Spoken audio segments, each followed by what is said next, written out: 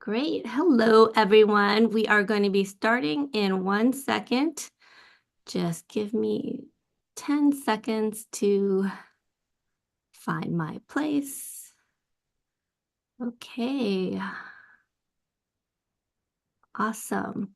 So, whether you are watching this on live stream, the live Zoom audience, or you're watching this on LinkedIn, YouTube, or Meta, we want you engaged in the conversation. So please introduce yourself. Let us know what your name is, what city you're dialing in from. And also feel free to put your LinkedIn profile if you want to kind of grow your LinkedIn presence as well. This is not some boring presentation where you watch a talking head like me. Your voice matters. So if you have book recommendations, if you like what Lorraine has to say, let us know in the comments. Feel free to connect, ask questions with each other as well.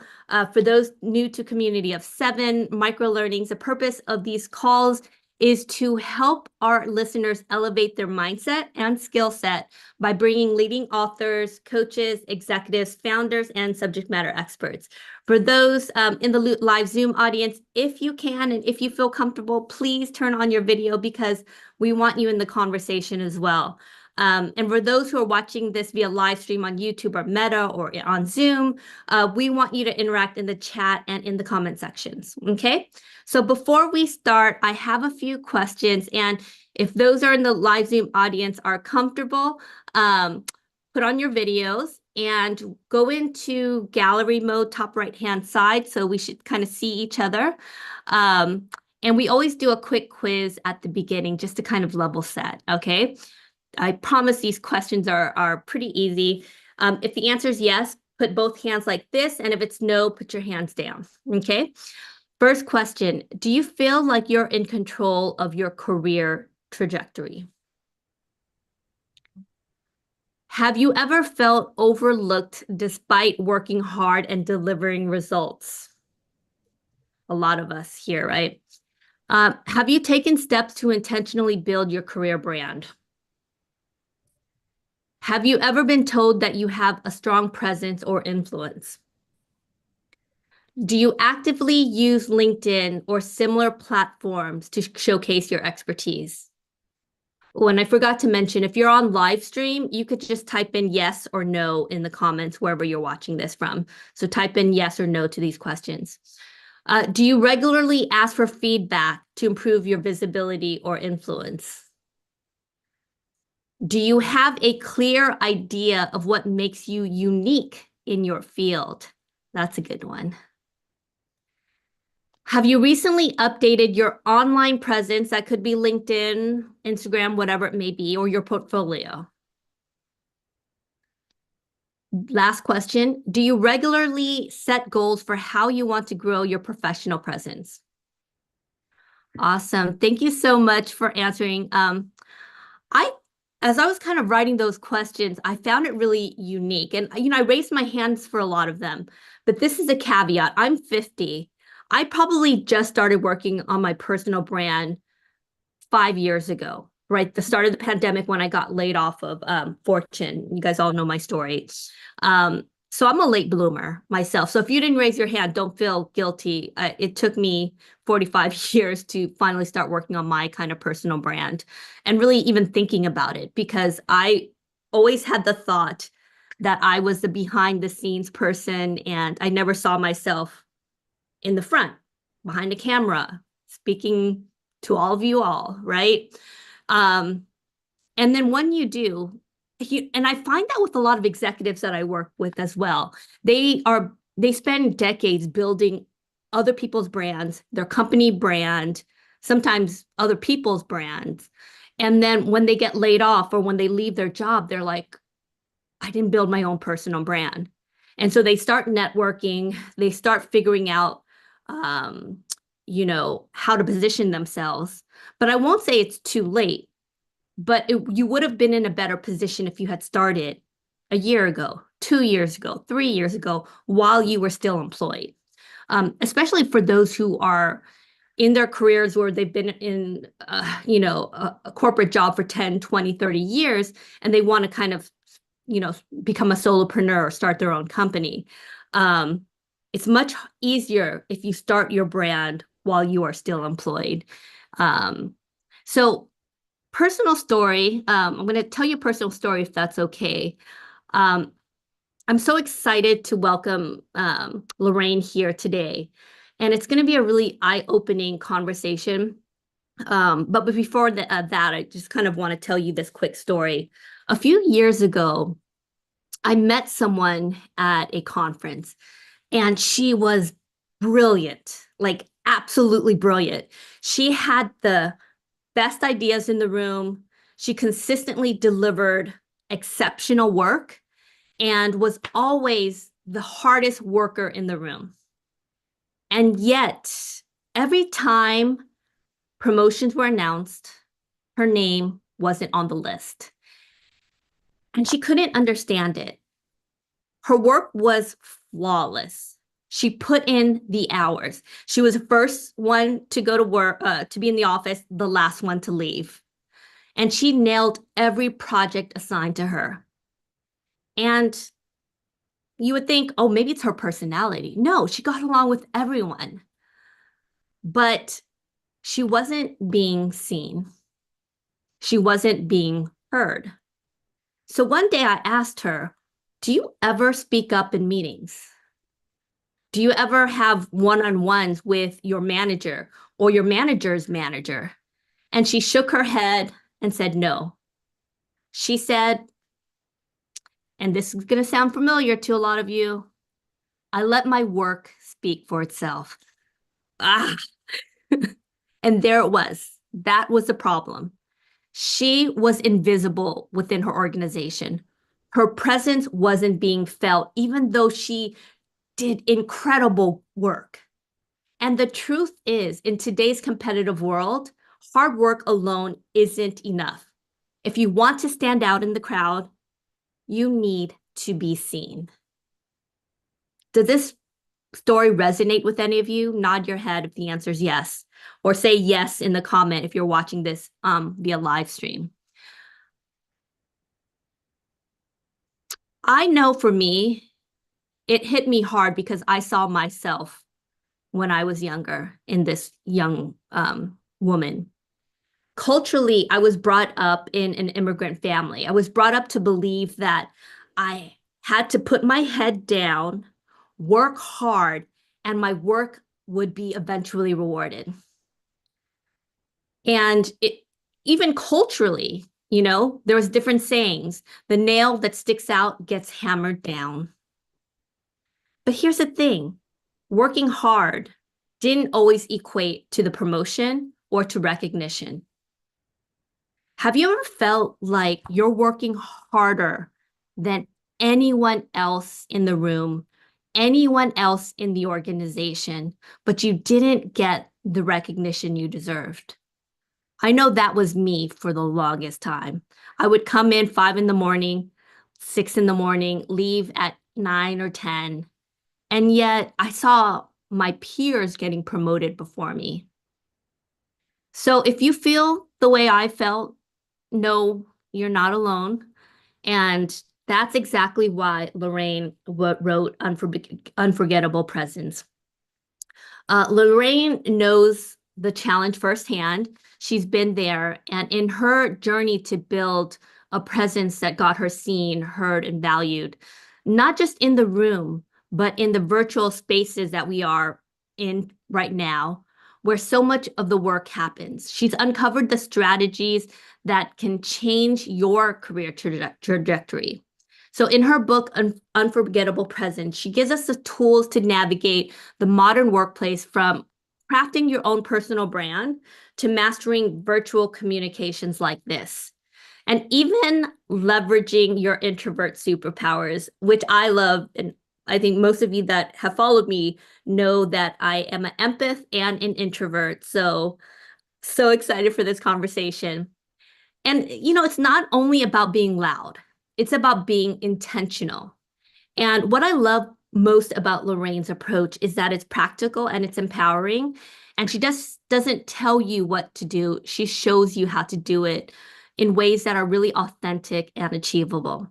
So if you're ready to take charge of your career and redefine your professional presence and start standing out in ways you never thought possible, you're in the right place today. So I'm going to bring in Lorraine in a second, but quick question that you're going to answer in the comments right now. If you're watching this via live stream, I want you to answer this as well. Don't press send till I say send. This question, type it in the answer in the question. What one word would describe the presence you want to create in the world when people think of you? What one word would describe the presence you want to create in the world when people think of you? Type it in. I'm not going to, don't press send yet, but I'll give you my example. For me, it's helpful kind of in the corporate world, but for home and community, it's faith, because my faith is something that's very important to me, right? Or being of service. So what's a one word? I'm going to count down 3, 2, 1. Press send, put it in the comments, and let me know what your one word is. Inspiring, healing, intentional. I love empowering, inspiring, reciprocity. Oh, I love that, Michelle. And you know what? That's you. Charismatic, compassionate. I also think Michelle, because I know Michelle as well in the boat community. I also think of glitter when I think of you, because you glitter when you walk in a room. Empower, Erna, dependable, kind, supportive, creator, magnetic, collaborative. I love those. Oh my God. So thank you so much, impactful. I love that. Thank you, Dale. So bringing in Lorraine, I am so excited to have her here. Lorraine K. Lee is the author of Unforgettable Presence, Get Seen, Gain Influence. She's an award-winning global keynote speaker, an instructor for Stanford Continuing Studies, my alma mater, and LinkedIn Learning. And she has also written the book Catapult Your Career. She is recognized as a LinkedIn top voice and has more than 300,000 LinkedIn followers and over a decade experience with experience leading editorial teams in the world's top tech firms like Prezi, SlideShare, LinkedIn, etc. She received her BSJ from Northwestern's Medill School of Journalism. So excited to have you. Welcome, Lorraine. Drum roll. Thank you, Lan. Well, hello, everyone. Thank you for having me. Well, I'm so excited to have you. And my first question, what inspired you to write Unforgettable Presence? And how did your own career experience shape the themes of this book? Writing a book was never something on my, career aspirations list. And what ended up happening was I got laid off at the end of 2022 from Prezi. And I had been building a little bit of a side hustle, public speaking, building out my personal brand, as you mentioned, Lan, during that time. So when I got laid off, I had this decision. Do I want to apply for a full-time job or do I want to try to build out a business on my own? And so I decided to go the business route. And at the start of 2023 is when I began. And around that time, I was like, well, nothing much is happening. I just started the business. Let me try writing a book right now. That might be kind of fun. And I joined this cohort of writers who wanted to self-publish. And pretty quickly on, I realized that it's a lot of work. I didn't quite know like what the book would be about. And I decided to just put that on pause. Business was picking up. And then it wasn't until the end of 2023, or actually middle of 2023, where a former coworker, reached out and he saw that I had published a LinkedIn Learning course. And he sort of made this joke like, oh, when's the book coming out? And then it reminded me, I was like, oh, maybe like, is it like time soon? Like maybe this is something that I want to pursue. And so he planted that seed a little bit more seriously in the back of my mind and ended up at the start of 2024, end of 2023, various publishers started reaching out, and sometimes I feel like the universe is telling you like it's time. And so to me, that was a sign like this is time, even though I felt a bit early on in my business and I wasn't sure at first what to write about. When it came to eventually writing the proposal, the idea sort of came together pretty quickly, thinking about all the different experiences of my career, my decades plus career, and also thinking about what am I really passionate speaking on and what topics do I feel like I can be helpful on with readers. I love that. And I love the fact, and you kind of mentioned it, just earlier, is that Mhm. you started building your personal brand online on LinkedIn while you were still employed. And Mhm. that really kind of talks about the importance of building your personal brand because I think people wait. Most of the time, what you see on LinkedIn is people who have their own business, solopreneurs or, CEOs. You rarely see people who are in corporate America kind of posting online, right? Um, why is it so important to develop your career brand? And how would you go about starting one? Mhm. A career brand is essentially, for those in the audience who are have never heard that phrase before, it's essentially your personal brand. And it's so important because your career brand is going to be the one thing that stays with you and that sticks with you no matter what happens in your career, right? Like I encountered a layoff, whether you're switching jobs, whether you want to take time off, your brand is going to stick with you. And the thing that people need to be reminded of when it comes to our brands is that we already have one. Now, the difference, I saw some of you put intentional as one of your words when you were talking about presence. The thing about our brands is we can either be intentional and define it and figure out how we want others to perceive us, or we can leave things to chance. And so as soon as you can, you're all in the session now, you can start today.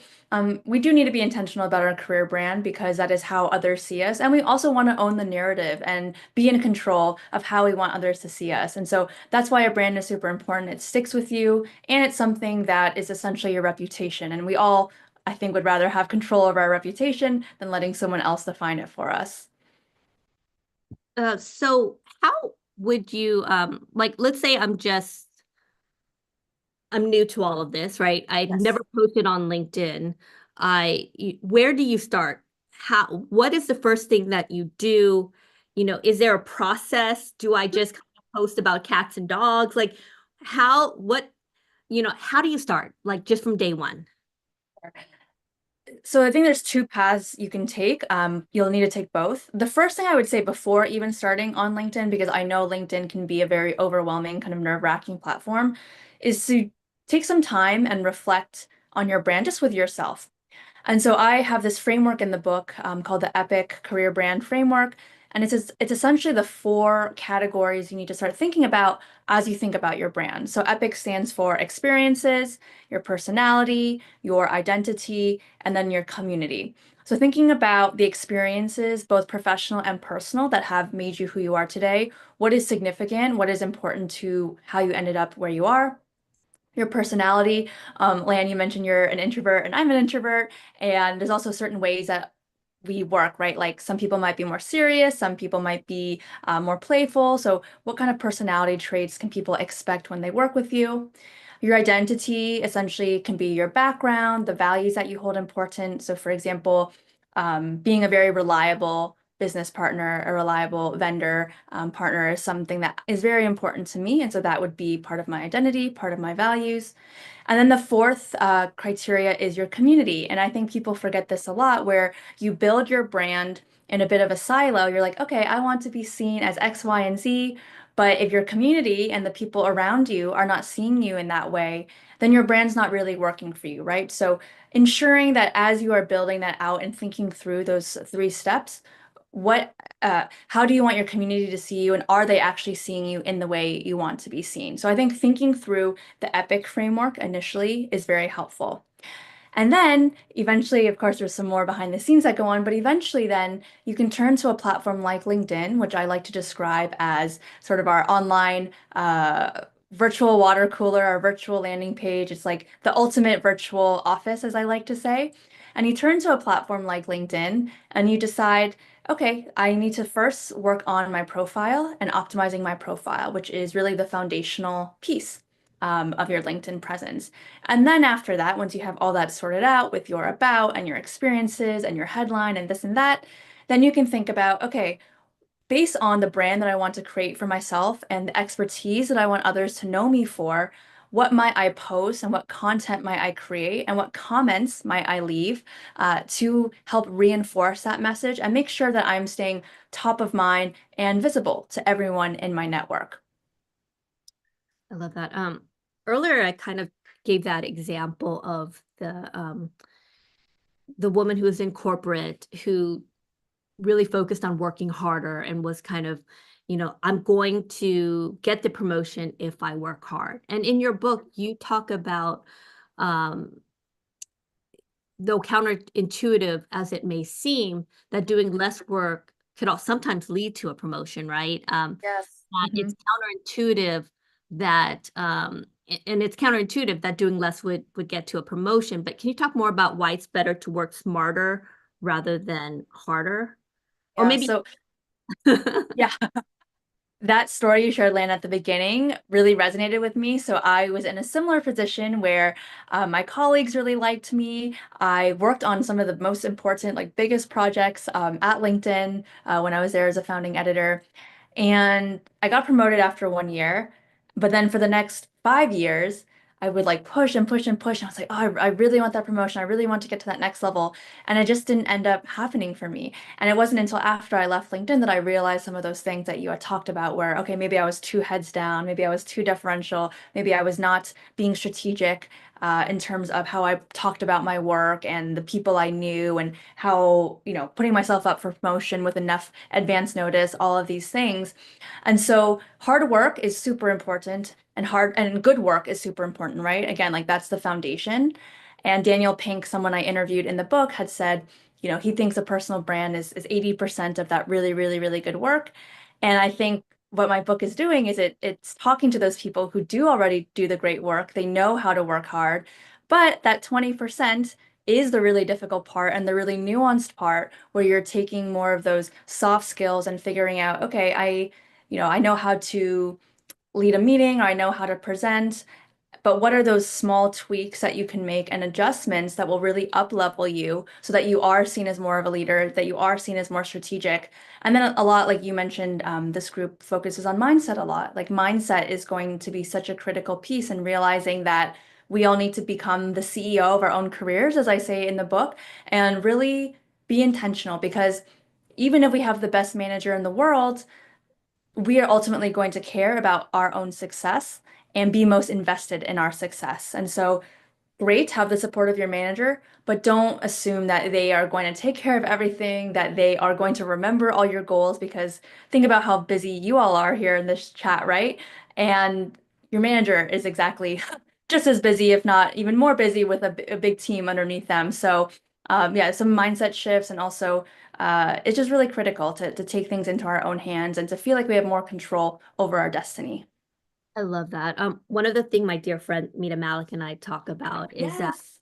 no one cares about your career as much as you do. No one. Yes. Maybe your mom, but Yeah. no one else. And so we kind of assume that our managers or our Hmm. manager is looking out for us, but at the end of the day, it's really in our hands if we really are serious about our career lifespan. So let's talk about promotions. Hmm. Um, what's a secret sauce? You talk about this in the book to getting promoted.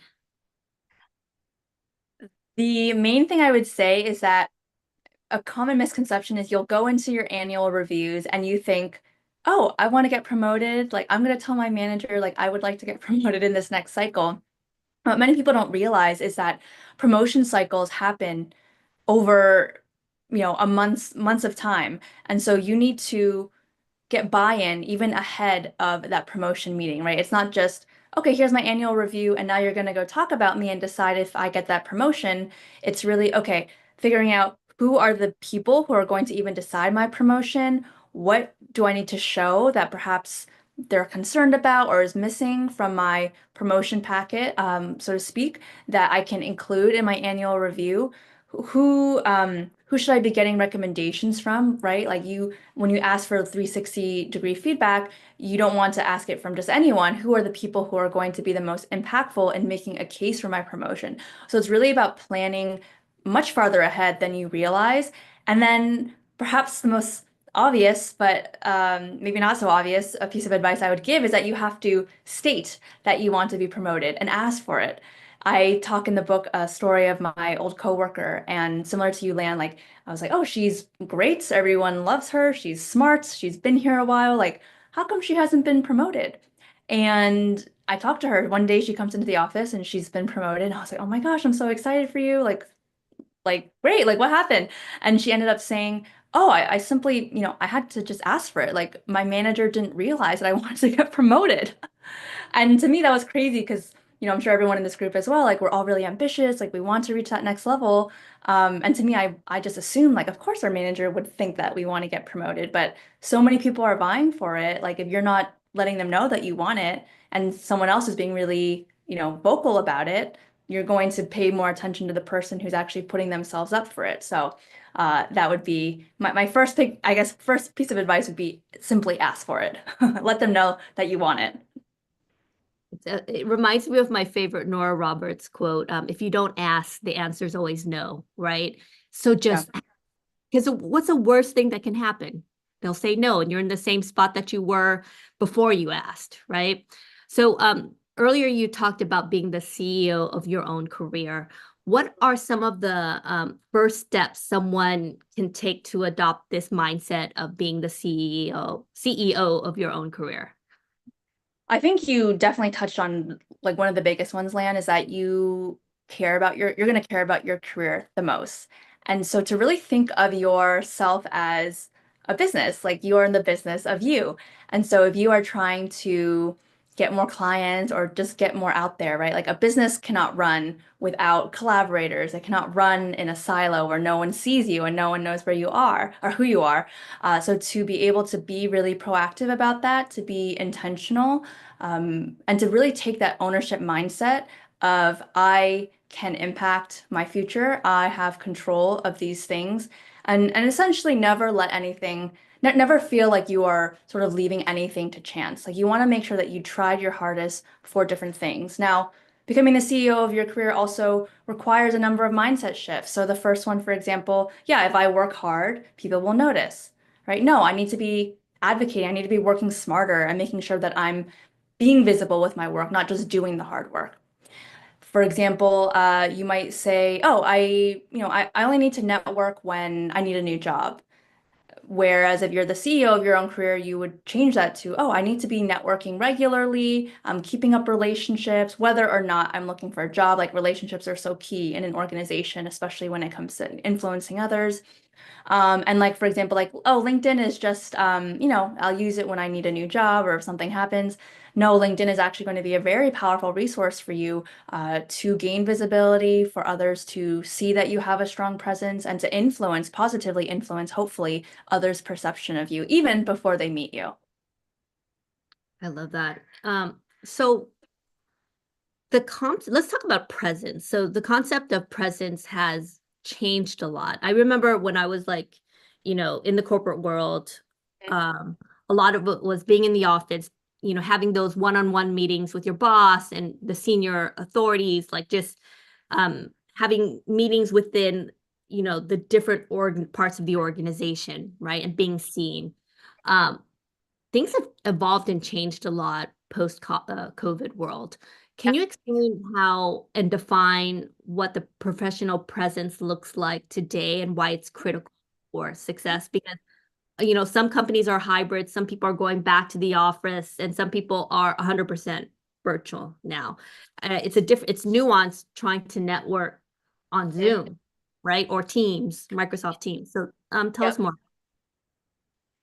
I was really excited to write this book to essentially define or redefine what presence means in this day and age. I think for a lot of us, when we think of or hear of the word presence, a lot of us will default to, oh, executive presence. Oh, it's how we show up sort of in that boardroom setting. And we need to be a senior leader or on that path or close to that to exude executive presence. And as I started starting my own business and going through my career in tech, people would say to me things like, oh, you have a strong LinkedIn presence. Or then we would get on video and then you would still have a virtual presence.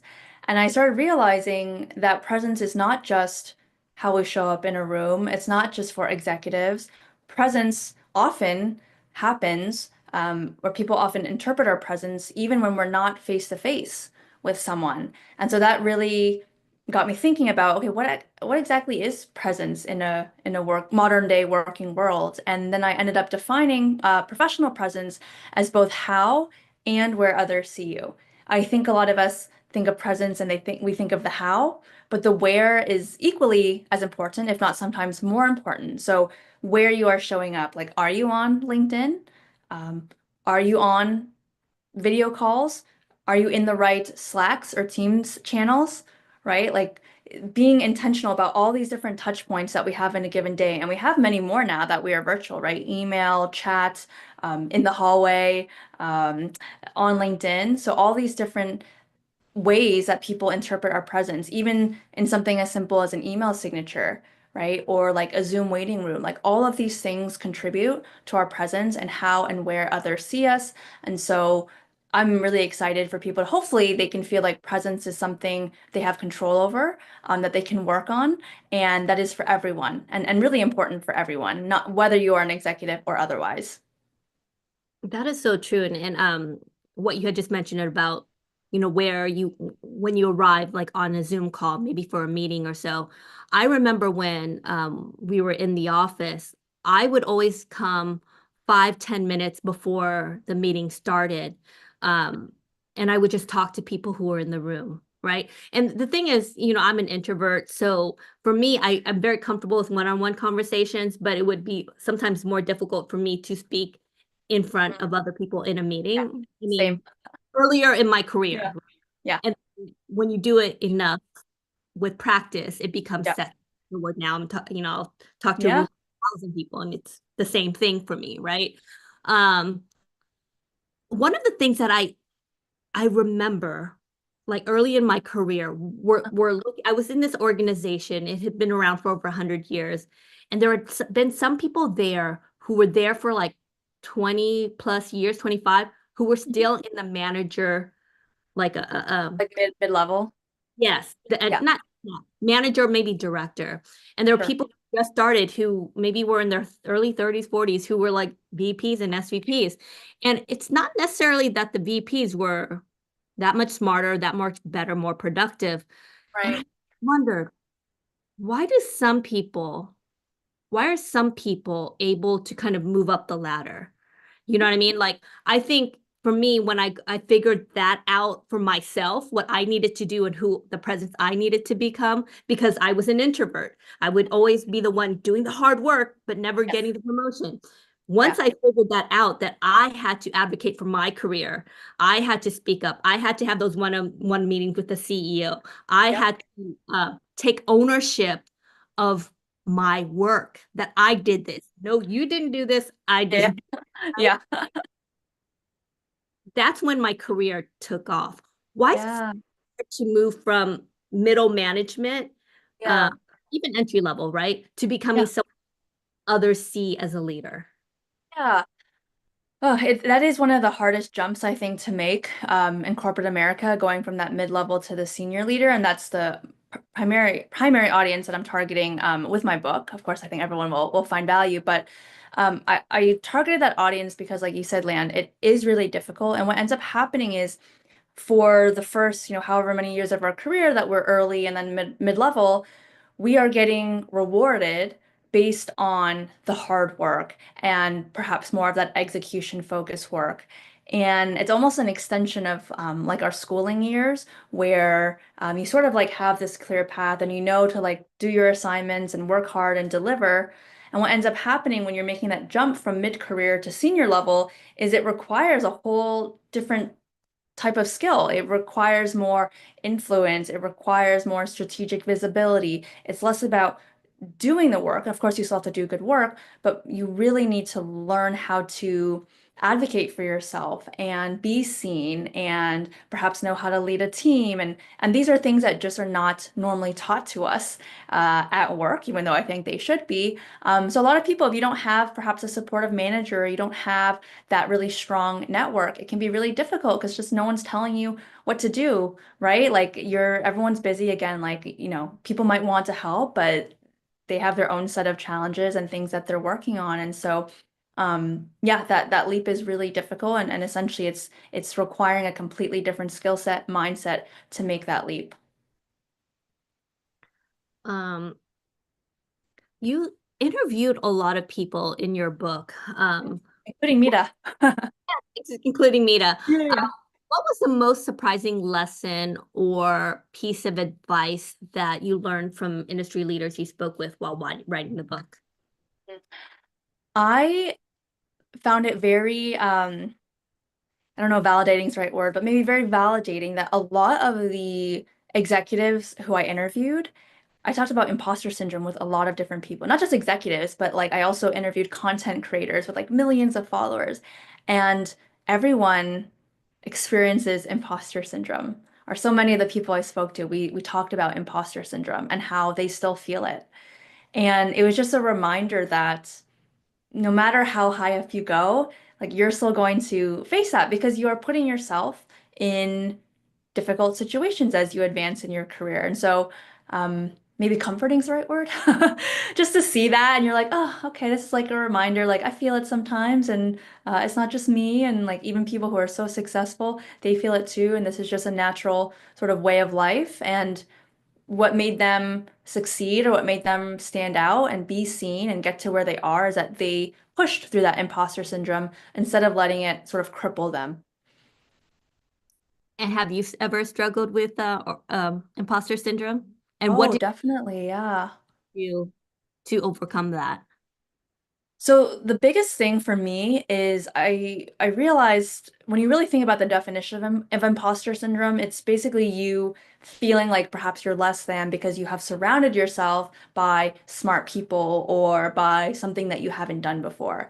And I've realized as I look back over my career, the times that I've grown the most have been in uncomfortable situations. I'm sure all of you in the audience can, if you think back, you're like, oh, when did I have like a pivotal moment or like a pivotal learning? Of course, hindsight is 2020, but you're like, oh, it was probably like overcoming that difficult challenge or doing that hard thing.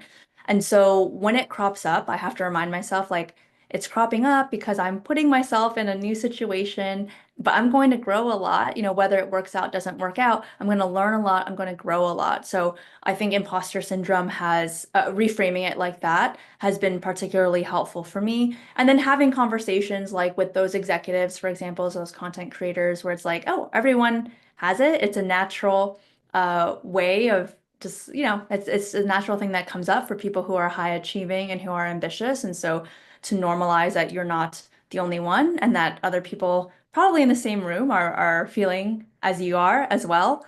And then the third thing that Daniel Pink had shared with me is he says imposter syndrome is us comparing our insides to someone's outsides. And that's just a game you can never win, right? We don't know what's going on inside someone's world. And and it's just not a fair comparison. So that was another insight I really found helpful as well. Yeah, I remember reading about Meryl Streep and how she had imposter syndrome, and I was like, if Meryl Streep has any of us Yeah, exactly. imposter syndrome, because we're all born with a negativity bias, right? And one of the Hmm. things tell people is sometimes you have to do things afraid. You have to do Yep. things, you have to start before you're ready. And no one is born confidence. You gain confidence by doing things daily, by starting before you're ready, by failing, by getting up, falling, getting up, getting up. Yes. And I think that is the process of just being human, right? And Yeah. we give so much, like when you see a baby first learning to walk, no Hmm. one says, "Oh, just give up. You're not good at this." No, you encourage the baby, but for ourselves, we're so hard on ourselves. We don't let ourselves fall, right? We're gonna open it up to questions soon. If anyone has any questions, just raise your hand emoticon. I'm going to read some comments here too. Michelle says, build your network before you need it. Mindset gives the universe a hand in the right direction. Love this. So I have a question before we open it up to questions, but use a emoticon. If you're on the live stream, you could also type it in and I'll try to see if I can find a question there as well. Um, one of the most important things that leaders need to do is speak publicly, right? Mhm. Um, how does someone overcome public speaking anxiety and how do you even start? Because I know for me, when I was like kind of starting in my career, that was the first thing that kind of held me back was that I didn't want to speak in public. I didn't want to speak in meetings. And so Yes. I would do the work, but people didn't know who I was, Yep. right? Yep. So how do we overcome public speaking anxiety? To your point, Lan, public speaking is going to be one of those key things that helps people see you, that helps build your confidence, that really will allow people to see you as a leader. And so it is a really important thing. Now, I know how nerve-wracking public speaking can be. I I think the first thing to remember is that nerves, hopefully, I mean, it's not going to make anyone feel better, but nerves never really go away. And nerves are actually a good thing. Okay, so when we speak, nerves help us stay more focused, they help us stay present, they help us just be more attentive to what's going on around us. So nerves are not going to go anywhere, and nerves are a good thing. We just need to learn how to harness those nerves. Right. So there's a few different, again, back to the mindset, things that you can do to help address your anxiety and nerves that you might be feeling. So one might be, for example, if you have elevated heart rate, there's something I like to do called 4-7-8 breathing, where you breathe in through your nose for 4 seconds, hold your breath for 7 seconds, and then breathe out for 8 seconds through your mouth. So why don't we actually just try it all together, and then we can see how we feel afterwards. So I'll count everyone off. So we'll breathe through our nose for 4. 1, 2, 3, 4. Hold it for 7. 1, 2, 3, 4, 5, 6, 7, and breathe out through your mouth for 8. 1, 2, 3, 4, 5, 6, 7, 8. So let Lan and I know in the chat, how do you feel now? Yeah, Jason says stress relief. So do this a few times and it's going to, so when we get ready to speak, fight, flight, or freeze response, right? That's where we're freaking out.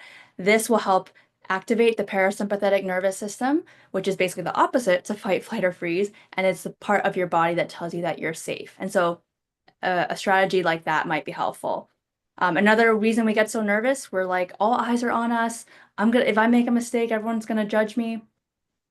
It's not about you when you're up there. It's about you helping the audience, teaching them something, educating them about something, inspiring them with a message. And so to turn the attention to your audience can also be really helpful as well if you are suffering from the spotlight effect where you feel like everyone is judging you, hanging on to you, that stumble that you did. They're not, but that can be helpful as well, switching the direction. And then another thing is really practice, and I know that's cliche advice, but the more you practice and the more you get out there and the more you practice working through those nerves and the more you see that you can do it, right? You really build that confidence, and the more secure and comfortable you can feel in your content and in your material, it makes you, it comes across, it comes through, right? A lot of us get nervous because we're not really sure, we haven't practiced enough, and we're not exactly confident with what's coming next or what we want to say, and we're stumbling over our words. So practice does make perfect. I love that. We have a question from Jason. Jason, do you want to unmute and ask your question? Hi, Lorraine. Hi. And as always, Lorraine and I have talked a little bit on LinkedIn. So great to finally meet face to face. Yes, you too. Thank you so much. It's really great to hear your words of wisdom here. I was having connectivity issues as you were talking about Epic. I was hoping that you could revisit that. And then my secondary question is, for those who want to work with you more personally, should those like myself go out to your website, go out to LinkedIn to entertain those conversations? Yeah, sorry. The first thing you said where you wanted me to repeat was about what? Epic, Oh, EPI. Epic. Okay, sure. So Epic, I also think there might be a video on my LinkedIn from a few days ago, Jason, that you can check out that talks about it more. But EPIC stands for experiences, personality, identity, and community. And those are the foundational pieces where to start as you think through your personal brand. And in terms of working together, you can, yes, go to my website. I have a contact button there. You can fill that out or email me at contact@lorrainekaylee.com. Thank you. Wish you a Thank great you. day. Thank you for doing this. Thank you, Lynn. You're welcome, Jason. And I think you have a LinkedIn course as well, right? I have 18 courses, yes. Wow. So you can find the topic that's interesting to you. Yeah, it's various career leadership and management topics. Awesome. And so Tammy, you have a great question. Do you want me to ask your question or do you want to unmute and ask your question, Tammy?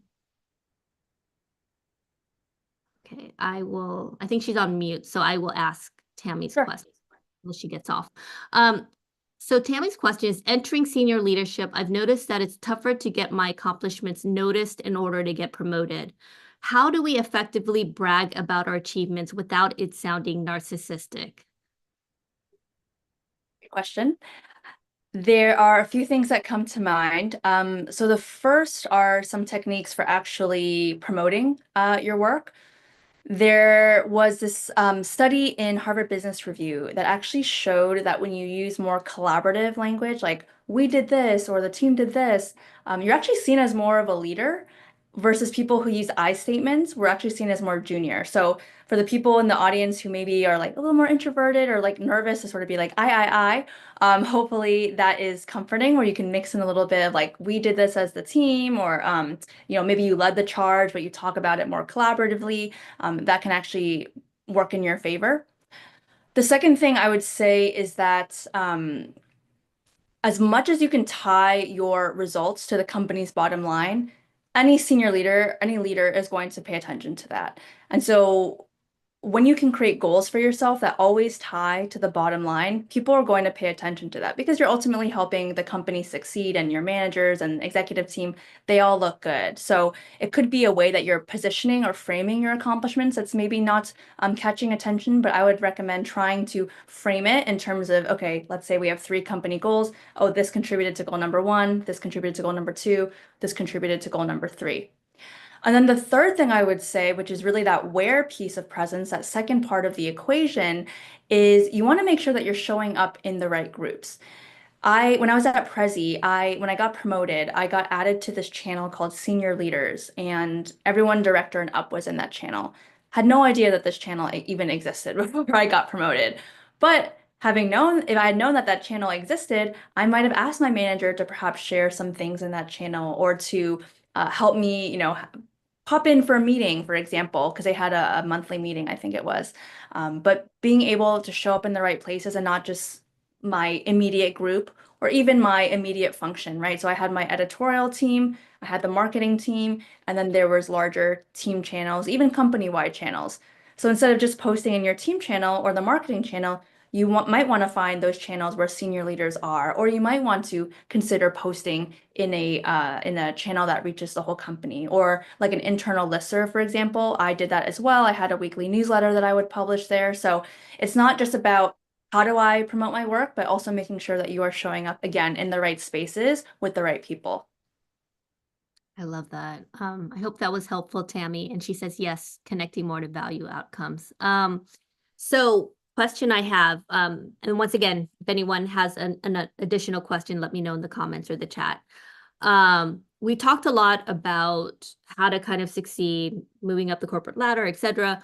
You are now a solopreneur. So you decided, like me, to get off the wild ride of the corporate world.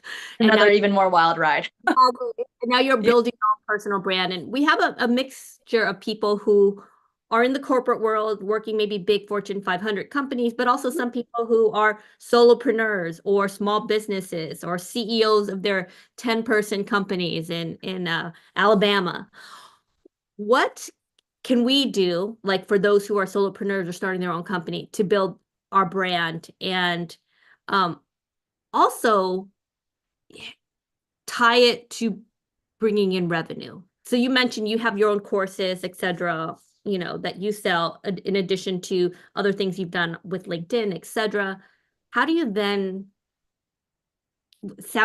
without sounding yucky, monetize your personal brand? Because Yeah, I mean, we all have to make money to survive, right? Yeah.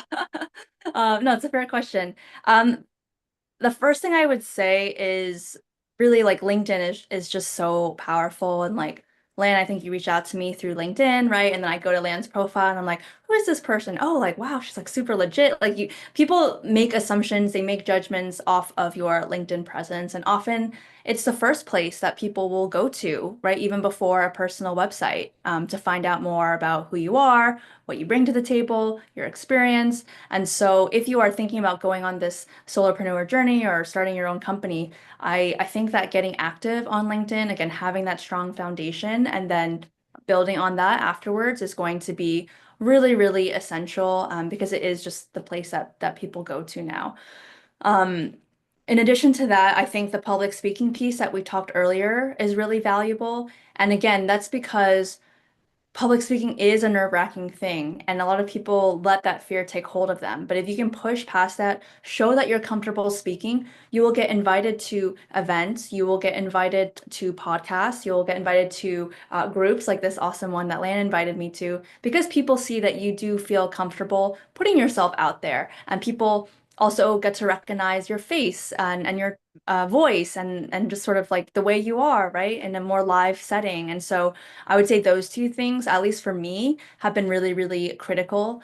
And then, of course, networking, like I said before, like I have been networking for, I mean, even during my college years, you know, a while ago, just all through my career, have been networking, have been building relationships, have been going to that happy hour, even when I'm like, "Oh, I'm kind of tired," but you know, it might be beneficial to meet some new people. And so, especially as a solopreneur, and I made a post about this as well, actually, I think late last year, but especially as a solopreneur, you have to really be okay meeting new people and just like building relationships, and just something to keep in mind if you're an introvert and like prefer maybe not talking to a lot of people all the time. I think the relationship building piece is really key. And Lan, I'd be curious for you too, like how have you found it?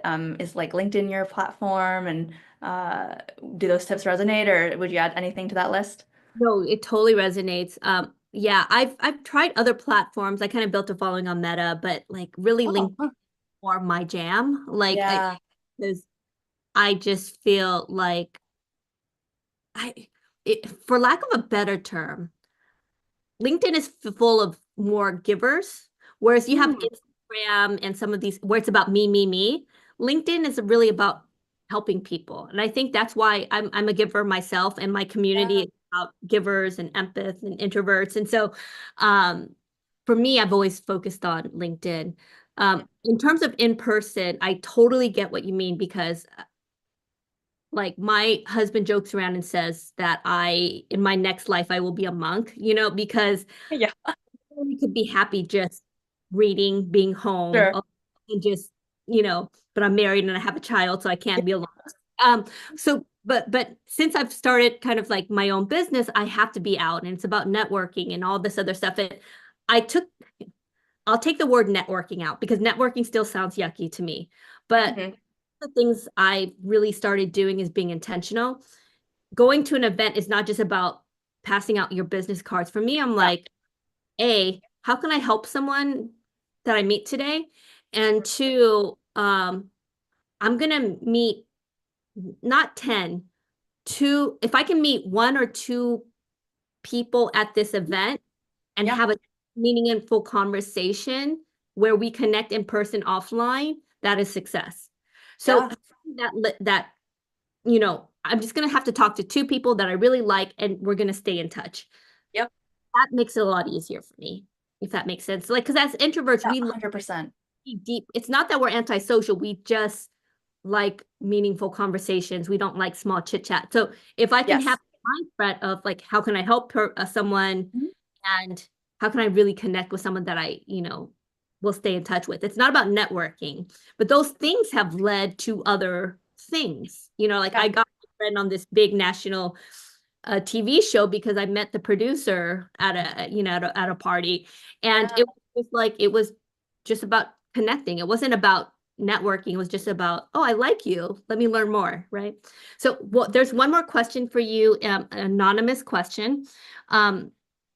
This is not me, this is an anonymous question. My company is a bit sexist. I'm going to start managing my team without my boss. How can I make sure I join important executive leadership meetings where corporate decisions are made? Previous female leaders have been excluded, and I don't want that to happen to me. I heard that before. Yeah, so how would you answer that? I think the first thing and I don't know if your previous manager did this, but I mean, it sounds like you have a sense that these meetings are going on. And so to, again, like maybe all it takes is like raising your hand and being like, hey, it's really important that I am part of these, or I'm in these meetings. Depending on the topic, I have this expertise that I think is important to share or that others need to know about. And really, again, like advocating for yourself, standing up for yourself about why you should be there.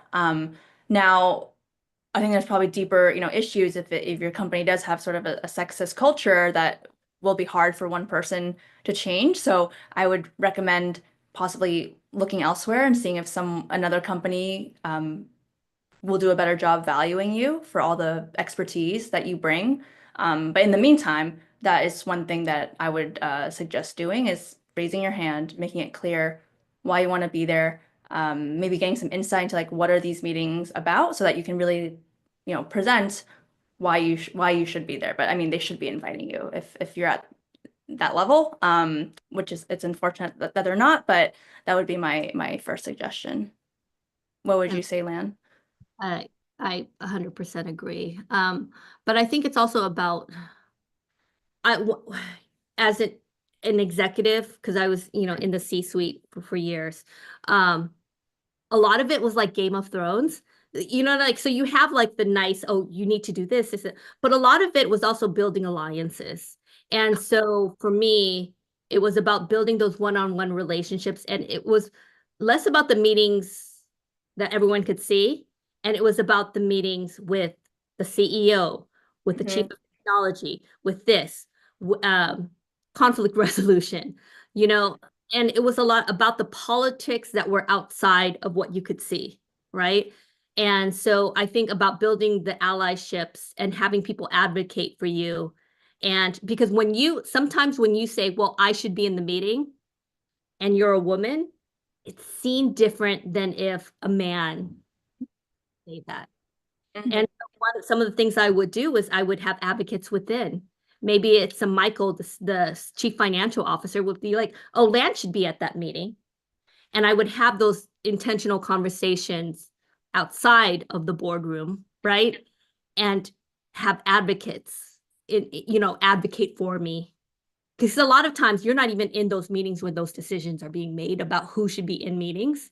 And Mhm. I know I've been in meetings where I've advocated for oh no, HR should be in that meeting because this is a conversation about staffing, right? Mhm. That makes no sense. And so you have those advocates that are advocating for you, and it's about building those relationships like Game of Thrones and alliances. So we're almost up for time. I want to address Jason's question. He has a really good one. How do you go about finding your niche or areas of strength, motivation when you feel like you can do a lot of things, but you don't want to be, a master. What is it? What is that term? Master of none, or no? Yeah, like Yeah, something like jack of all trades or master of none. of none. Yes, yes, that one. Ding, Yeah. ding. How do you narrow it down? And I want to mention some of the great replies in the comments. Michelle Yeah. says, what lights you up inside that you can't stop talking about? I love that. That's the breadcrumbs. Ruth Ann mentions a free assessment. That's a great one in the comments. And for those who are watching this via live stream, I'll try to add this afterwards as well. And there's also a Gallup Cliff Strength as well. Nice. Yeah. I'll Those are share great. that. What are your thoughts? How do you niche down into something that's very specific to your? Yeah. I mean, some of you may have heard the phrase and the niches are in riches are in the niches. Um, and yeah, I think there is you never want to be everything to everyone. And there's going to be a point where you want to like be turning away clients because they don't quite fit what you're trying to do. But if you're in the beginning stages of starting your business, it's all about experimentation. I mean, even my first 2 years, I was still experimenting, trying new things. Now, and going into year 3, I'm a little bit more focused about what exactly it is I want to do. But part of it will be the market is telling you what they need. It's also like, as Ruth Ann mentioned, like and Michelle mentioned, like your passion as well is going to play a part of it. Your passion and expertise, and like where do those two things combine? Plus, what does the market need is going to be that ideal sweet spot. But it's going to take some time and some finessing. And I don't know, maybe this is contradictory advice. I haven't felt like I needed to like niche down so specifically. Like you're all hearing today, like presence is a broad term, right? And so I created that umbrella of expertise, but within that, like I love talking about LinkedIn. I love talking about public speaking and presenting. I love talking about like managing up. So all these different things that are still my areas of expertise, but under the umbrella of presence. So perhaps it's also getting creative with how you package things. I love that. Jen in the comments says, what do others seem to always come to you for? I really like that. That's a good one. Ruth Ann says trial and error. I know for me, I've seen in other people as well, is what's your biggest pain and the lesson that you most needed to learn in life? Because a lot of times that's what we end up teaching. So for me, a lot of it is about my pain or just my being kind of behind the scenes and being an introvert and trying to get out of that shell. And that became the thing, trying to navigate the corporate world. That became kind of my, not persona or identity, but the things that I most needed to solve is the thing that you most need to teach in a lot of ways. And that doesn't mean that you're the expert. It means that you can help someone that was in the same shoe as you a year, 2 years ago, 5 years ago, because then you can guide them to that next level. So I think time is up. Guys, you know the deal who are in the live Zoom audience. Many of you have had your videos off. Go into gallery mode, top right-hand side. Turn on your videos. This is the only time, even if you have a bad hair day, turn on your videos, turn on your cameras, unmute, and let's give Lorraine a big round of applause. Woo! Thank you, everyone. Such great questions. Thank you, Lorraine. Thank you so Thank much. you. Thank you, Lauren. Thank Thank you, you. Lorraine. Make Thank sure, you, everyone. Thank you, Lynn. Lorraine, when's your book out? April 22nd. I just dropped the link in the chat. If any of you want to pre-order, you get some special bonuses. So encourage everyone to take a look. Awesome. So Thank make you, sure you buy the Lorraine. book, pre-order Thank you. today. Thank you, everyone. Bye.